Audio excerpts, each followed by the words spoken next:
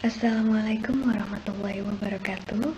Bertemu kembali bersama saya Yolanda Sari SEMSC dalam mata kuliah Matematika Ekonomi. Pada hari ini kita akan membahas materi mengenai penerapan ekonomi fungsi linear. Outline kita pada hari ini ada dua. Yang pertama, saya akan menjelaskan mengenai fungsi permintaan, fungsi penawaran, dan keseimbangan pasar beserta contoh soalnya. Yang kedua, saya akan membahas mengenai pengaruh pajak dan subsidi terhadap keseimbangan pasar beserta contoh soalnya.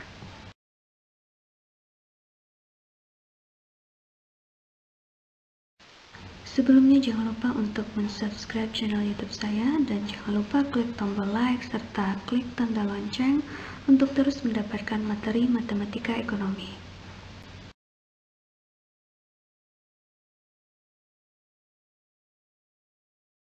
Kita masuk ke pembahasan fungsi permintaan.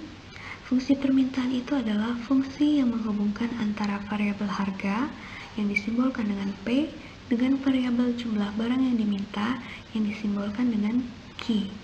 Nah, bentuk umumnya adalah QD sama dengan A min B dikali P. QD ini adalah quantity of demand atau jumlah barang yang diminta. Sedangkan PD, price of demand, itu rumusnya adalah A per B dikurang 1 per B dikali Q. Jadi ini adalah bentuk umum yang harus kita ketahui. Bisa dilihat di sini tandanya adalah negatif. Kenapa? Karena sesuai dengan hukum permintaan yang menyatakan bahwa apabila harga barang naik, maka jumlah barang yang diminta akan menurun. Jadi dia berlawanan sehingga tandanya adalah negatif. Nah, di sini ada kurva permintaan. Jadi kurva permintaan ini garisnya bergerak dari kiri atas ke kanan bawah.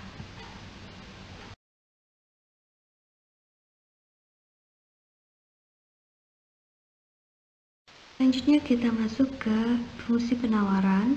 Fungsi penawaran adalah fungsi yang menghubungkan antara variabel harga yang disimbolkan dengan P dengan variabel jumlah barang yang ditawarkan yang disimbolkan dengan Q.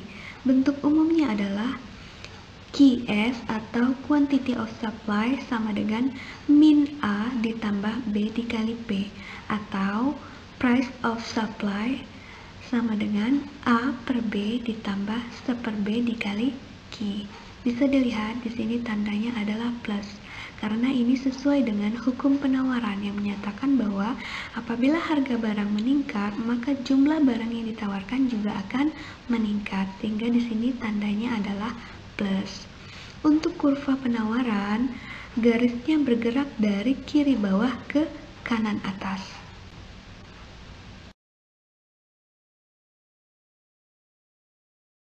Kita masuk ke pembahasan keseimbangan pasar.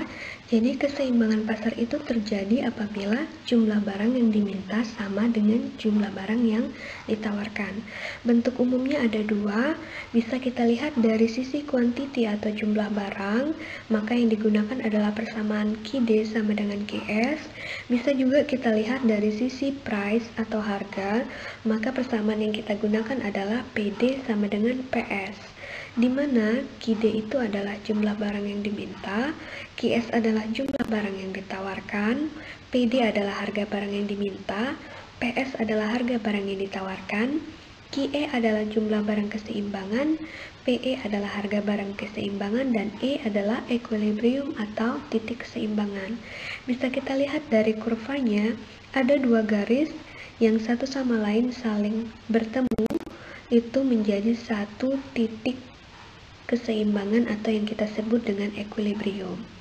Titik E ini dihubungkan oleh titik QE, PE.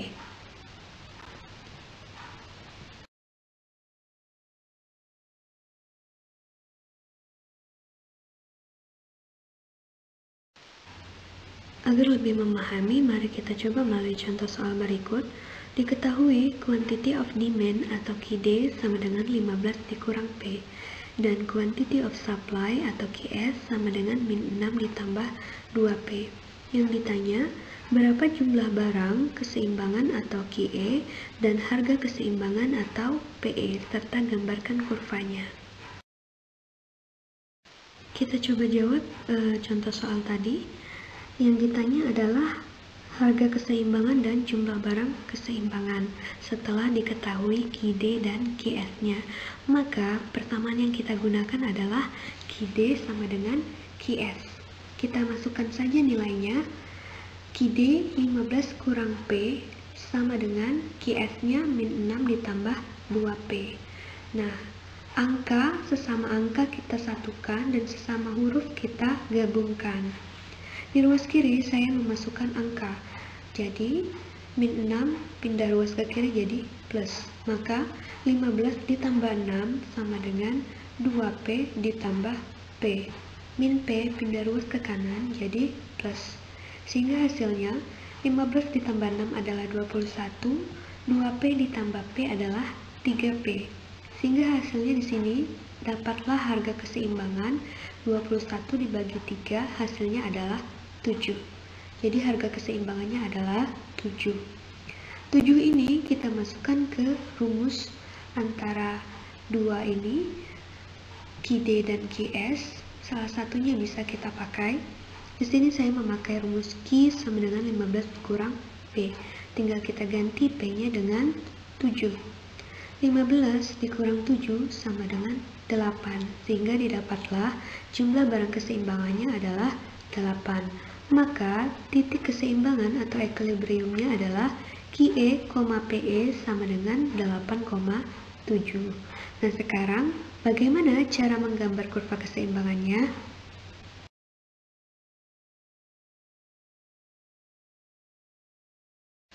Untuk menggambar kurva keseimbangan pasar, langkah pertama yang harus kita lakukan adalah menentukan dulu titik yang menghubungkan garis QD dan QS. Setelah diketahui tadi titik equilibriumnya adalah 8,7. Maka titik dari garis QD itu kita peroleh dari persamaan QD sama dengan 15 dikurang P. Kita misalkan atau asumsikan di sini P-nya sama dengan 0.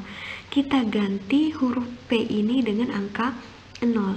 Jadi apabila P-nya sama dengan 0, maka nilai QD adalah 15. Sehingga didapat titik 15,0. Nah, jika kita misalkan lagi QD-nya yang sama dengan 0, maka nilai P-nya adalah 15. Sehingga kita peroleh lagi titik 0,15. Dan juga untuk garis QS, dari persamaan min 6 ditambah 2P, kita misalkan P-nya sama dengan 0, maka nilai QS-nya adalah min 6, sehingga diperoleh titik min 6,0.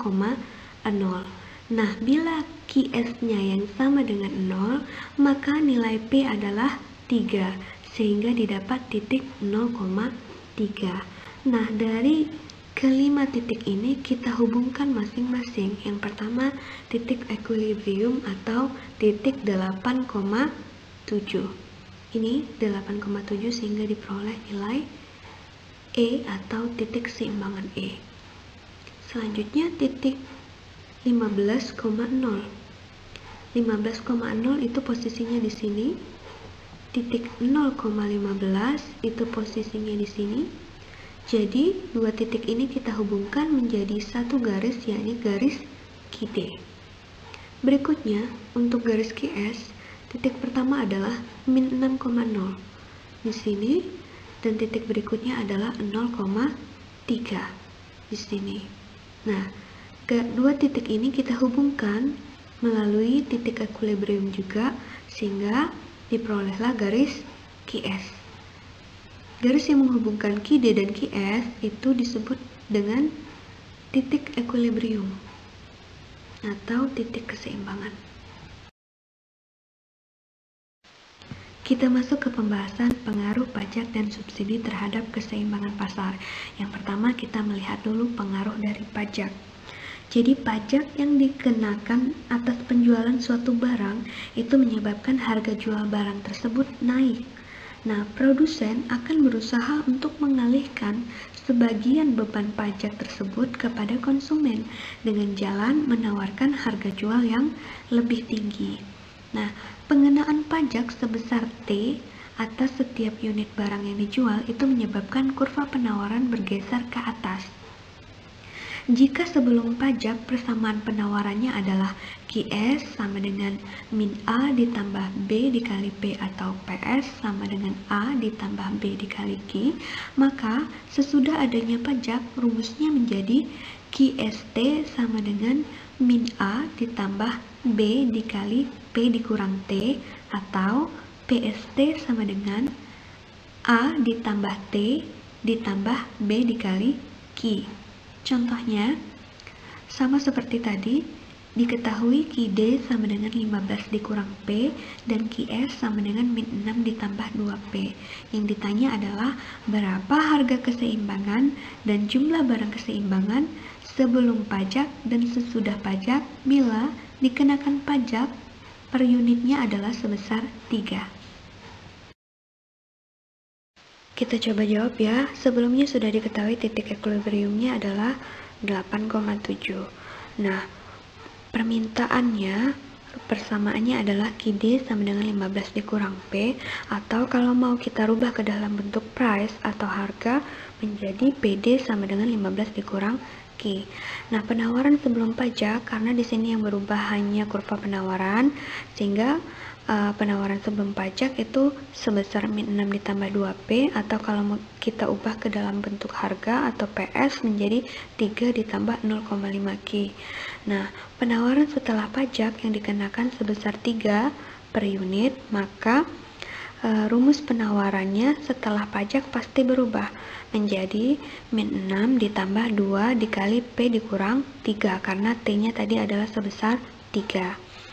Maka QST sama dengan min 6 ditambah 2 dikali P, 2P, 2 dikali min 3 sama dengan min 6. Sehingga hasilnya adalah QST sama dengan min 6 ditambah 2P dikurang 6.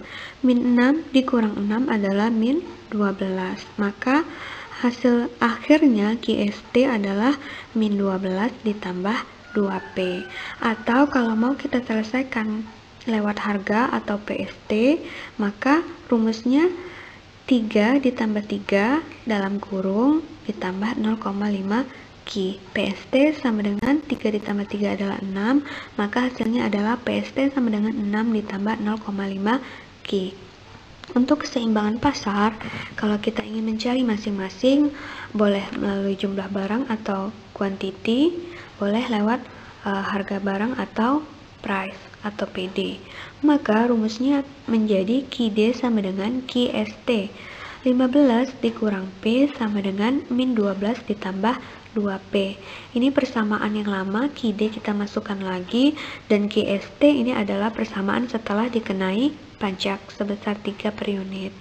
Sehingga hasilnya yang sebelah kiri kita rubah menjadi angka, sebelah kanan itu adalah huruf. Sehingga 15 ditambah 12, karena pindah ruas, dari ruas kanan ke ruas kiri, angka 12 menjadi plus. 15 ditambah 12 sama dengan 2P ditambah P. 15 tambah 12 adalah 27, 2P ditambah P adalah 3P. Maka hasil akhirnya, harga keseimbangan setelah pajak itu adalah sebesar 9. Angka 9 ini tinggal kita masukkan ke dalam rumus asalnya. Q sama dengan 15 dikurang P. Maka Q 15 dikurang 9 adalah 6. Sehingga didapatlah jumlah barang keseimbangan setelah adanya pajak itu sebesar 6. Maka titik keseimbangan setelah adanya pajak itu sebesar 6,9. Untuk PD sama dengan PST itu sama, tetapi yang didapat terlebih dahulu adalah titik jumlah barang yang keseimbangan duluan. Maka sama, tinggal kita masukkan angkanya. 15 dikurang Q sama dengan 6 ditambah 0,5 Q. Sebelah kiri kita masukkan angka, sebelah kanan adalah huruf. 15 dikurang 6 sama dengan 0,5 Q ditambah Q. 15 dikurang 6 adalah 9, 0,5 Q ditambah Q adalah 1,5 Q.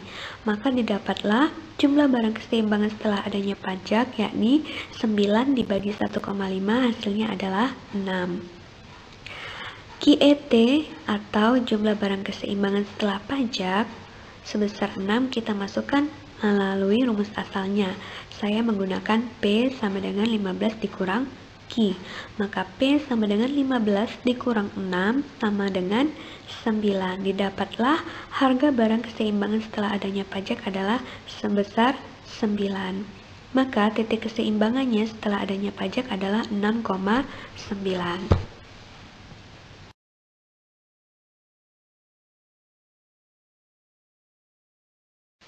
Kalau tadi kita sudah mencoba menggambarkan kurva keseimbangan pasar sebelum adanya pajak, maka sekarang kita akan menggambarkan kurva keseimbangan pasar sebelum dan sesudah pajak, sehingga kita melihat perbedaannya. Yang pertama, kita tadi sudah mengetahui titik keseimbangan sebelum pajak dan sesudah pajak, yakni titik E 8,7 dan titik 6,9. Dan tadi juga kita sudah mengetahui garis QD yang diperoleh titik 15,0 dan 0,15. Dan dari garis QS min 6 ditambah 2P juga diperoleh titik min 6,0 dan 0,3. Ini adalah titik sebelum adanya pajak. Nah, setelah adanya pajak maka yang berubah adalah kurva penawarannya, sehingga garis QST-nya yang baru adalah min 12 ditambah 2P. Nah, kita misalkan lagi P-nya ini sama dengan 0, kita masukkan angkanya 0, maka nilai QST-nya adalah sebesar min 12, sehingga didapat titik min 12,0. Nah, kita misalkan lagi, kalau QST-nya yang sama dengan 0, maka nilai P-nya adalah sama dengan 6, sehingga diperoleh titik 0,6. Nah, kesemua titik ini kita hubungkan satu sama lain. Yang pertama tadi titik keseimbangan dulu, yang sebelum adanya pajak, yakni 8,7. Ini adalah titik E. Lalu titik keseimbangan setelah adanya pajak, yakni 6,9, atau kita simbolkan dengan E aksen. Nah, garis QD tadi itu adalah 15,0 dan 0,15. Ini kita hubungkan menjadi garis QD. Yang berikutnya adalah garis QS, yakni min 6,0 dan 0,3. Inilah garis QS sebelum adanya pajak. Berikutnya adalah QST, jadi titiknya adalah min 12,0 di sini dan 0,6 di sini. Nah, garis min 12,0 dan 0,6 ini kita hubungkan dengan titik equilibrium yang baru, sehingga terbentuklah garis QFT atau garis penawaran setelah adanya pajak yang baru, sehingga posisinya yang awalnya di sini menjadi bergeser ke atas menjadi QST, dari QS menjadi QST. Kita masuk ke pembahasan berikutnya mengenai berapa besarnya pajak yang akan ditanggung konsumen dan berapa juga besarnya pajak yang akan ditanggung produsen, serta berapa jumlah pajak yang akan diterima oleh pemerintah. Nah, beban pajak yang ditanggung konsumen yang disimbolkan dengan TK adalah selisih antara harga keseimbangan sesudah pajak atau yang kita simbolkan dengan PET dan harga keseimbangan sebelum pajak atau PE. Maka rumus TK sama dengan PET dikurang PE. Nah, kalau dari contoh soal yang tadi kita coba masukkan untuk mengetahui berapa beban pajak yang ditanggung oleh konsumen. TK sama dengan diketahui tadi harga keseimbangan setelah pajak itu sebesar 9 dan harga keseimbangan sebelum pajak itu sebesar 7. Kita kurangkan 9 dikurang 7 sama dengan 2. Yang berarti dari setiap unit barang yang dibeli, konsumen menanggung beban atau membayar pajak sebesar 2. Nah, beban pajak yang ditanggung produsen atau yang disimbolkan dengan TP adalah selisih antara besarnya pajak per unit barang atau T dan bagian pajak yang menjadi tanggungan konsumen atau TK. Jadi rumusnya adalah TP sama dengan T dikurang TK. Maka kalau dari contoh soal yang tadi kita coba masukkan untuk mengetahui beban pajak yang ditanggung produsen. TP sama dengan 3 dikurang 2 sama dengan 1. Tadi pajaknya adalah sebesar 3 dan pajak yang ditanggung konsumen itu sebesar 2. Jadi pajak yang ditanggung oleh produsen itu sebesar 1. Berarti dari setiap unit barang yang diproduksi dan dijual, produsen menanggung beban pajak sebesar 1. Jadi bisa kita lihat antara beban pajak yang ditanggung konsumen dengan beban pajak yang ditanggung produsen ternyata lebih besar beban pajak yang ditanggung oleh konsumen. Dari mana kita menanggungnya? Dari harga jual yang diberikan oleh produsen. Nah, jumlah pajak yang diterima oleh pemerintah atau yang disimbolkan dengan T besar itu dapat dihitung dengan mengalihkan jumlah barang yang sudah terjual setelah pengenaan pajak atau yang tadi kita simbolkan dengan QET dengan besarnya pajak per unit atau T. Maka T besar sama dengan QET dikali T. Kalau dari contoh soal tadi, untuk menghitung berapa jumlah pajak yang diterima oleh pemerintah, tadi sudah diketahui QET-nya adalah sebesar 6 dan pajaknya tadi sebesar 3, maka 6 dikali 3 adalah 18. Maka jumlah pajak yang diterima oleh pemerintah itu adalah sebesar 18. Selanjutnya kita masuk ke pengaruh subsidi terhadap keseimbangan pasar. Jadi subsidi ini adalah kebalikan dari pajak, karena subsidi ini biasa disebut juga dengan pajak negatif. Nah, pengaruhnya terhadap keseimbangan pasar berkembalikan dengan pengaruh pajak, sehingga kita bisa menganalisisnya seperti ketika menganalisis pengaruh pajak, tetapi dibalik. Nah, subsidi yang diberikan atas produksi atau penjualan suatu barang menyebabkan harga jual barang tersebut menjadi lebih rendah. Mengapa? Karena produsen merasa ongkos produksinya menjadi lebih kecil sehingga ia bersedia menjual lebih murah. Nah, dengan adanya subsidi sebesar S, kurva penawarannya bergeser sejajar ke bawah. Kalau tadi pajak bergeser ke atas, maka kalau subsidi dia bergeser ke bawah. Jika sebelum subsidi, persamaan penawarannya adalah QS sama dengan min A ditambah BP atau PS sama dengan A ditambah BQ, maka setelah adanya subsidi, persamaannya menjadi QSS sama dengan min A ditambah B dikali P ditambah S, atau PSS sama dengan A dikurang S dalam kurung ditambah B dikali Q. Contohnya masih sama seperti yang tadi, diketahui QD-nya sama dengan 15 dikurang P, QS-nya sama dengan min 6 ditambah 2P. Yang ditanya adalah berapa harga keseimbangan dan jumlah barang keseimbangan tanpa atau dengan adanya subsidi. Bila subsidi yang diberikan S itu sebesar 1,5 per unit barang yang diproduksi. Kita coba jawab contoh soal tadi. Sebelumnya sudah diketahui titik keseimbangan sebelum adanya subsidi, yakni sebesar 8,7, dan fungsi permintaannya yakni QD sama dengan 15 kurang P, atau kalau mau kita rubah ke dalam PD menjadi PD sama dengan 15 dikurang Q.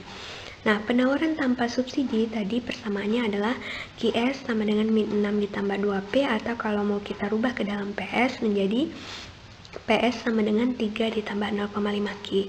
Nah, penawaran dengan adanya subsidi sebesar 1,5 per unit barang, maka QSS-nya berubah menjadi min 6 ditambah 2 dikali P ditambah 1,5. Sehingga QSS-nya kalau kita kalikan hasilnya menjadi min 6 ditambah 2 dikali P 2P, 2 dikali 1,5 hasilnya adalah 3. Nah, min 6 ditambah 3 itu adalah min 3. Maka hasil akhir persamaan QSS atau penawaran dengan adanya subsidi itu sebesar min 3 ditambah 2P. Atau kalau mau kita ubah ke dalam bentuk persamaan PSS, maka hasilnya menjadi PSS sama dengan dalam kurung 3 dikurang 1,5 ditambah 0,5 Q.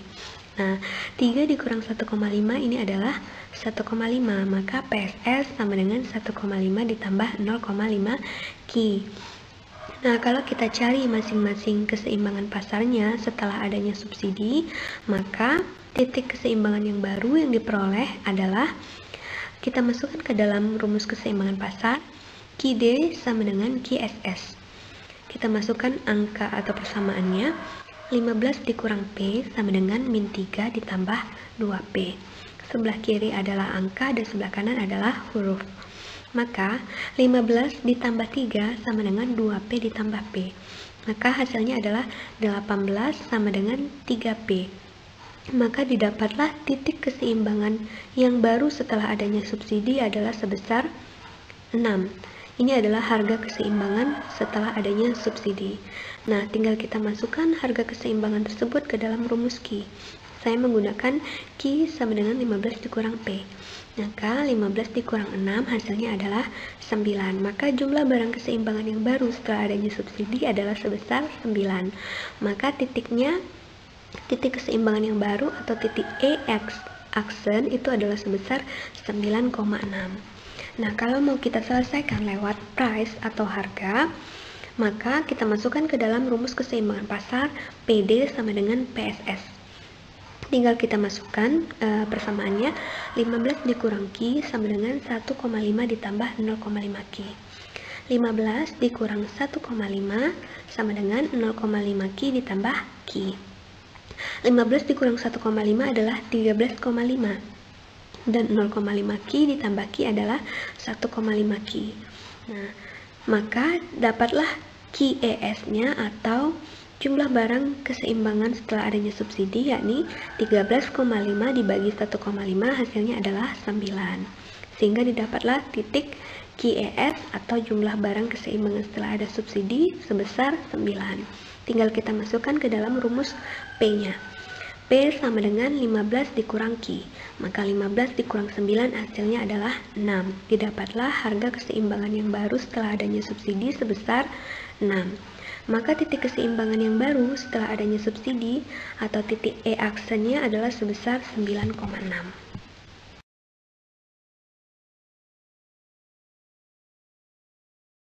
Baik, kita coba gambarkan kurva keseimbangan pasar tanpa subsidi dan dengan adanya subsidi. Tadi sudah diketahui titik keseimbangan pasar yang awal sebelum adanya subsidi sebesar 8,7 dan titik keseimbangan pasar setelah adanya subsidi sebesar 9,6. Tadi kita juga sudah memperoleh dua titik dari persamaan QD sama dengan 15 kurang P, yakni titik 15,0 dan 0,15. Lalu kita juga sudah mengetahui titik dari persamaan QS sama dengan min 6 ditambah 2P itu diperoleh dua titik, yakni min 6,0 dan 0,3. Lalu kita akan mencoba mencari titik yang baru dari persamaan QS setelah adanya subsidi yang kita simbolkan dengan QSS sama dengan min 3 ditambah 2P. Nah, kita misalkan di sini nilai P-nya sama dengan 0, kita ganti P-nya sama dengan 0, maka nilai QSS-nya adalah sebesar min 3, sehingga diperoleh titik min 3,0. Lalu kita misalkan lagi nilai QSS-nya sama dengan 0, kita masukkan nilainya 0 di QSS, maka nilai P yang didapat adalah sebesar 1,5. Maka didapatlah titik 0,1,5. Nah, ke semua titik ini kita hubungkan satu sama lain. Yang pertama adalah titik keseimbangan E yang lama ya, 8,7. Lalu titik keseimbangan yang baru E aksen itu adalah 9,6, di sini letaknya. Lalu garis QD ini masih yang lama di titik 15,0 dan 0,15. Ini membentuk satu garis lurus, yakni garis QD. Lalu garis QS juga masih yang lama dari titik min 6,0 dan 0,3, lalu kita hubungkan dengan titik keseimbangan awal, inilah terbentuk garis QS. Lalu garis QSS yang baru yakni di titik min 3,0 dan 0,1,5, lalu kita hubungkan dengan titik keseimbangan yang baru E aksen atau 9,6. Di sini kita tarik menjadi satu garis lurus, inilah yang disebut dengan QSS. Bisa kita lihat di sini bahwa antara garis QS dan QSS dia bergerak menuju ke bawah.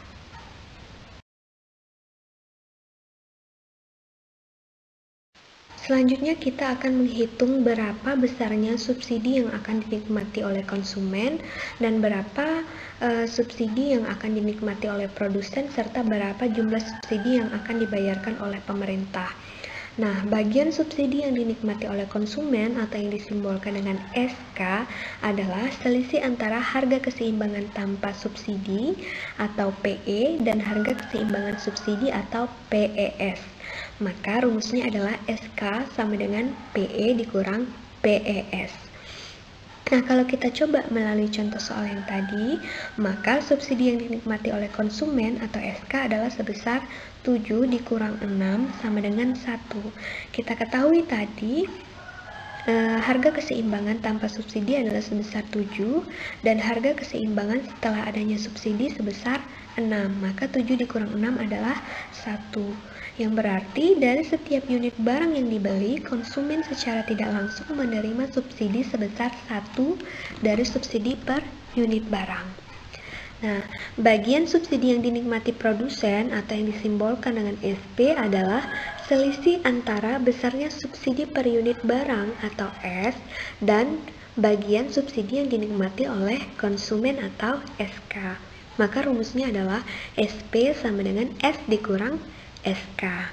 Kalau kita masukkan contoh soal yang tadi, setelah tadi diketahui subsidinya sebesar 1,5 dan SK-nya atau subsidi yang dinikmati oleh konsumen sebesar 1, maka SP sama dengan 1,5 dikurang 1 sama dengan 0,5. Yang berarti dari setiap unit barang yang diproduksi dan dijual, produsen menerima subsidi sebesar 0,5 dari subsidi per unit barang.